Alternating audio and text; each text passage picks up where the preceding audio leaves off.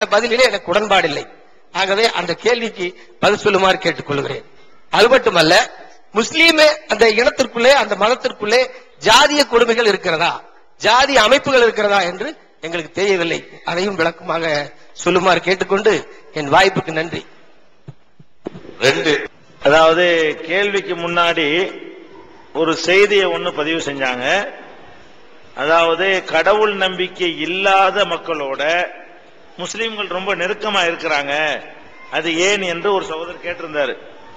அதுக்கு நான் விட சொல்லும் போது, அது எல்லாத்தையும் சமமா நீங்க நடந்துக்கிறீங்க, ஒரு பக்கத்துல மட்டும் அப்படி நடக்காதீங்கன்னு சொன்னோம்ல. அதுக்கு ஐயா அவர்கள் ஒரு விளக்கம், தண்ணில விளக்கம் கொடுத்திருக்கிறாங்க. நாங்க கடவுள் நம்பிக்கை இல்லாத ஆட்கள் தான், இருந்தாலும் அந்த சகோதரத்துவத்துக்காக வேண்டி முஸ்லிம்களோட நெருக்கமாக பழகுகிறோம் என்று இப்ப சொன்னாங்க. நான் கடவுள் நம்பிக்கை இல்லாதவங்களோட பழகாதீங்கன்னு சொல்லல, எல்லார்ட்டையும் பழகுங்கன்னு சொன்ன. ஒருத்தருக்கு எதிராக ஒருத்தரோட பழகாதீங்க. முஸ்லிம்களுக்கு நாம சொன்ன அறிவுரை என்னன்னு சொன்னா, கம்யூனிஸ்ட் நண்பரோடவும் நட்பு வைத்துக் கொள்ளுங்கள், திராவிடர் கழக நண்பரோடும் நட்பு வைத்துக் கொள்ளுங்கள். இந்த பக்தி இயக்கங்கள் இருக்காங்க இல்லையா, அவங்களையும் நீங்க பகச்சிக்கிறாதீங்க, அவங்களுக்கு எதிராக நீங்கள் இதை செய்றீங்கிற மாதிரி வந்துடக்கூடாது. அது நல்லிணக்கத்தை அதிகரிக்கும்ங்கிற அடிப்படையில் சொன்னமே தவிர இந்த திராவிட கழகத்தோட தொடர்பு வச்சுக்கிற கூடாதுங்கிற கோணத்துல அது சொல்லப்படவே இல்லை.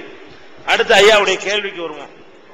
இந்தியாவில் இருக்கிற முஸ்லிம்கள் எல்லாம் சுயஸ் கால்வாய் வழியாக வந்ததாக ஒருத்தர் சொன்னாரு, அது உண்மையா அப்படின்னு கேட்கிறாங்க. அது அறவே உண்மை கிடையாதுங்க. இந்தியாவில் இருக்கிற முஸ்லிம்கள் எப்படி முஸ்லிம்களாக ஆனார்கள் என்று சொன்னா, நபிகள் நாயகம் அவங்களுடைய மரணத்திற்கு பிறகு அவங்களுடைய தோழர்களா இருந்தவங்க உலகத்தினுடைய பல நாடுகளுக்கு வியாபாரிகளா சென்றார்கள்.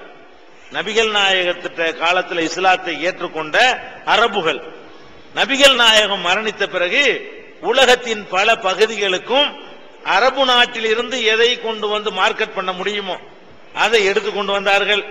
இங்கிருந்து எதை மார்க்கெட் பண்ண முடியுமோ அதை ஏற்றிக்கொண்டு சென்றார்கள். இதுக்காக உலகம் முழுவதும் வந்தார்கள். யாரு? அரபுகள் வந்தார்கள். அந்த மாதிரி வந்தவர்கள் இந்தியாவுக்கும் வந்தார்கள், தமிழ்நாட்டுக்கும் வந்தார்கள். இந்த நாட்டில் அவங்க வியாபாரிகளாக இருந்தார்கள். எப்படி வியாபாரம்? கப்பல் வழியாக சரக்குகளை கொண்டு வந்து இறக்கி வியாபாரம் செஞ்சாங்க. கப்பலுக்கு தமிழ்ல மரக்களம்னு சொல்லுவாங்க. மரக்களம்னா என்னது? படகு, தோணி, கப்பல், அதான் மரக்களம்ங்கிறது. அந்த மரக்களத்தின் வழியாக வியாபாரம் செஞ்சதுனாலதான் அந்த மாதிரி மக்கள் மரக்கலாயர் அப்படின்னு சொல்லப்பட்டு பிறகு மரக்காயர் என்று ஆனார்கள். அதே மாதிரி அரபு நாட்டில் உள்ள குதிரைகளை ட்ரைனிங் கொடுத்து நம்ம நாட்டில் கொண்டு இறக்குமதி பண்ணாங்க. அவங்க ராவுத்தர்னு சொல்லப்பட்டாங்க. ராவுத்தர்னா குதிரை பாகன் அர்த்தம். மாவுத்தண்டா யானை பாகன், ராவுத்தர்னா குதிரை பாகன். குதிரைக்கு ட்ரைனிங் கொடுத்து கொண்டு நீங்க என்ன செஞ்சாங்க? இறக்குமதி பண்ணாங்க. இப்ப அரபிகள் ஒரு ரொம்ப 1000 கணக்குல நம்ம நாட்டுக்கு வந்தார்கள். வந்த பிறகு அவங்கள்ட்ட காணப்பட்ட ஒழுக்கம், நேர்மை, கொடுக்கல் வாங்கல் இருந்த அந்த பரிசுத்தம் எல்லாம் பார்த்த மக்கள், இது என்ன ஒரு வித்தியாசமான ஆட்களா இருக்கிறாங்க, இவங்க வணக்கம் வித்தியாசமா இருக்கிறது, இவங்க தொழுகை வித்தியாசமா இருக்கிறது, இவங்களுடைய கொடுக்கல் வாங்கல் வித்தியாசமா இருக்கிறது, இவங்களுடைய பொருள்கள் தரமா இருக்கிறது, அது என்ன என்று விசாரிக்க ஆரம்பித்து அந்த வியாபார நேர்மையால் கவரப்பட்டு இந்த நாட்டு மக்கள் தான் இஸ்லாத்தை ஏத்துக்கிட்டாங்க. வந்தது சும்மா 1000 கணக்கு. மீது எல்லா முஸ்லிம்களும் யாருன்னு பாத்தீங்கன்னா அந்த அரபுகளுடைய நடவடிக்கைகளை பார்த்து, அரபுகள் இன்னைக்கு உள்ள அரபுகள் இல்ல, அந்த அரபுகள் நபிகள் நாயகத்திட்ட பயிற்சி எடுத்த அரபுகள், அவங்கள்ட்ட காணப்பட்ட நேர்மையை பார்த்து விட்டு எங்களுடைய அப்பன்பாட்டன்மார்கள் இஸ்லாத்தை ஏற்றுக்கொண்டார்களே தவிர நாங்க யாரும் அரபு நாட்டில இருந்து வந்த ஆட்கள் கிடையாது, இறக்குமதி கிடையாது. இதை நாங்க விளங்கிக்கிறோம். இதை விளங்கிக் கொள்வதற்கு பெரிய சரித்திர ஆதாரம்லாம் தேட வேண்டியதில்லை. இப்ப நீங்க பார்க்கலாம், இப்ப என்ன இருக்கு, முஸ்லிம்கள் இப்போ ஆகிட்டு இருக்காங்களா இல்லையா? இப்பவும் சில கிராமங்கள்ல இஸ்லாத்துக்கு வர்றாங்களா இல்லையா? அவங்க என்ன சுயஸ் கால்வாயில இருந்து வந்தாங்க, அவங்களுக்கு நாங்க காசு கொடுத்தா சேர்க்கிறோம், அல்ல எங்கள்கிட்ட ஆட்சி அதிகாரமா இருக்குது. இன்னைக்கு வரைக்கும் எடுத்துக்கொண்டாலும் தினசரி 200-300 பேர் என்ன செய்யறாங்க? இஸ்லாத்தை தழுவி கொண்டேதான் இருக்கிறார்கள். அப்ப இன்றைக்கு தழுவுறதுக்கு என்ன காரணமோ அதுதான் அன்னைக்கும் காரணமா இருக்கும். இன்னைக்கு எதுக்கு தழுவுறாங்க? சகோதரத்துவத்தை பார்க்கறாங்க, இரட்ட கோலையும் பார்க்கறாங்க, தீண்டாமையை பார்க்கறாங்க, பள்ளிவாசல்ல எல்லாம் ஒண்ணா வரிசையா நிக்கிறத பார்க்கறாங்க. சரி, இவங்கள்ட்ட போனா சகோதரத்துவமா இருக்குது, சமத்துவமா இருக்குது, உதவிகள்லாம் செய்யறாங்க, மனிதாபிமானமா இருக்கிறாங்கன்னு நினைக்கிறாங்க, நினைச்சு வர்றாங்க. சில பேர் படிச்சு பார்த்துட்டு இந்த கடவுள் கொள்கை நல்லா இருக்குது, அறிவியல் பூர்வமா இருக்குது, அதுக்கு வர்றாங்க. சில பேர் வழிபாட்டை பார்க்கறாங்க, இஸ்லாமிய வழிபாட்டு முறை நல்லா இருக்குது, அதுக்காக வர்றாங்க. இப்படி பல காரணங்களுக்காக இன்றைக்கு வந்து கொண்டிருக்கிறார்கள். அதனால இஸ்லாத்துக்கு வருவது என்பது விளங்கி புரிந்து வருகிறார்களே தவிர ஒரு கூட்டமாக வந்து இறங்கி அவங்களுடைய வாரிசுகள் கிடையாது. நாங்க இந்த மண்ணில் எங்களை எடுத்து பாத்தீங்கன்னா ஒரு 4 தலைமுறை முன்னாடி போனா நாங்க ராமசாமியா இருப்போம், 5 தலைமுறைக்கு போனா கந்தசாமியா இருப்போம். அவ்வளவுதான் எங்களுடைய பாரம்பரியம்.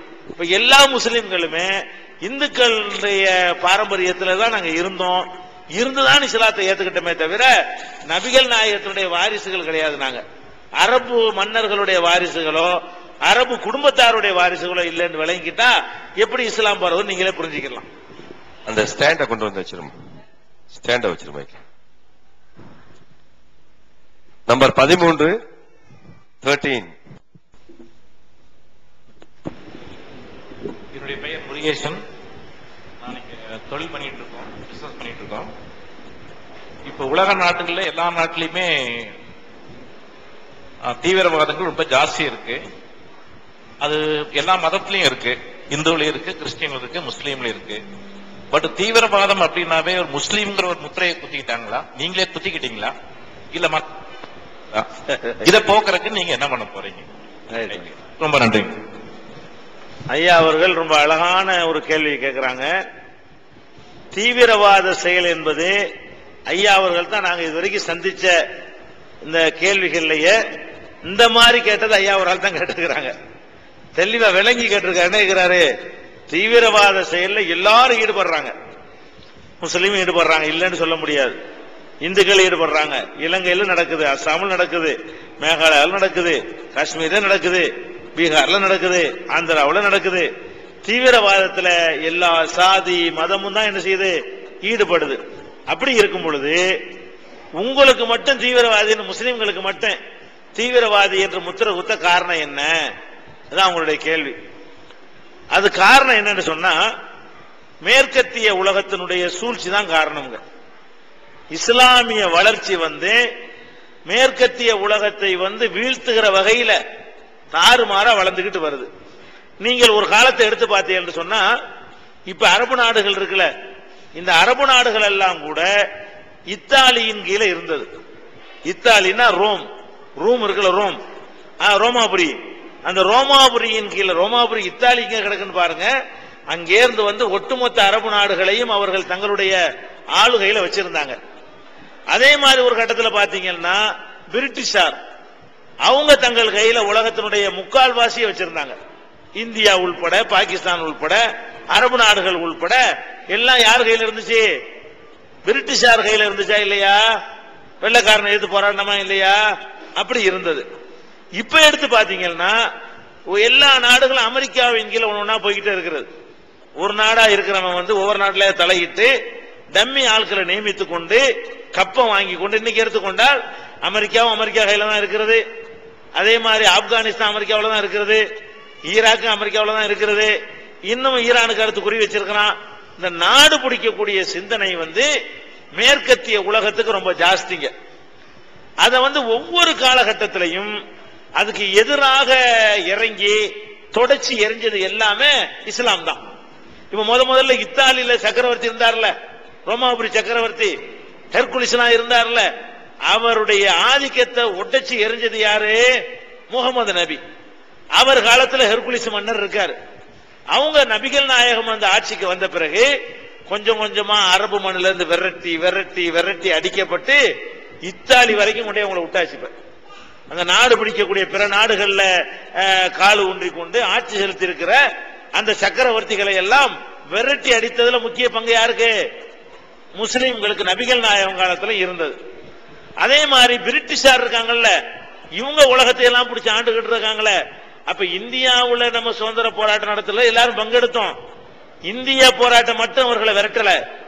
துருக்கியில இஸ்லாமிய கிலாபத் இருந்துச்சு, அதை எதிர்த்து அதையும் போய் கைப்பற்றிக்கிட்டாங்க. ஹிலாபத் இயக்கம் என்கிற பெயர்ல உலகம் முழுவதும் முஸ்லிம்கள் பிரிட்டிஷாருக்கு எதிராக அணி திரண்டதுனாலதான் இந்தியாவுடைய சுதந்திர போராட்டத்துக்கு வலிமை கிடைச்சிச்சு. அதனாலதான் ஓட வேண்டிய நிலைமை ஏற்பட்டுச்சு. இந்த பிரிட்டிஷ் ஏகாதிபத்தியம் விரட்டி அடிச்சது யாருன்னு பாத்தீங்கன்னா முஸ்லிம்கள் தான். அப்பதான் அவங்க சிந்திக்கிறாங்க, கிறிஸ்தவர்கள் யாரு இருந்தா நீங்க வருத்தப்படக்கூடாது, நடக்கிற உண்மை, நடந்த உண்மையை நான் சொல்றேன். அப்ப கிறிஸ்துவ உலகம் யோசனை பண்ணது என்னன்னு கேட்டா, நம்ம கிறிஸ்துவத்தின் கீழே உலகத்தை எல்லாம் கொண்டு வரதுக்கு பாடுபடுறோம். ஆரம்பத்திலையும் இந்த முகமது வந்து அதை கெடுத்து விட்டாரு. இரண்டாவது தடவை இந்த ஹிலாபத் இயக்கம் சொல்லி பிரிட்டிஷார ஓரம் கட்டி லண்டனோட கொண்டு நிப்பாட்டியாச்சு. இப்ப பிரிட்டிஷாருடைய ஆதிக்கத்தை அந்த மாதிரி ஆக்கி விட்டாங்க.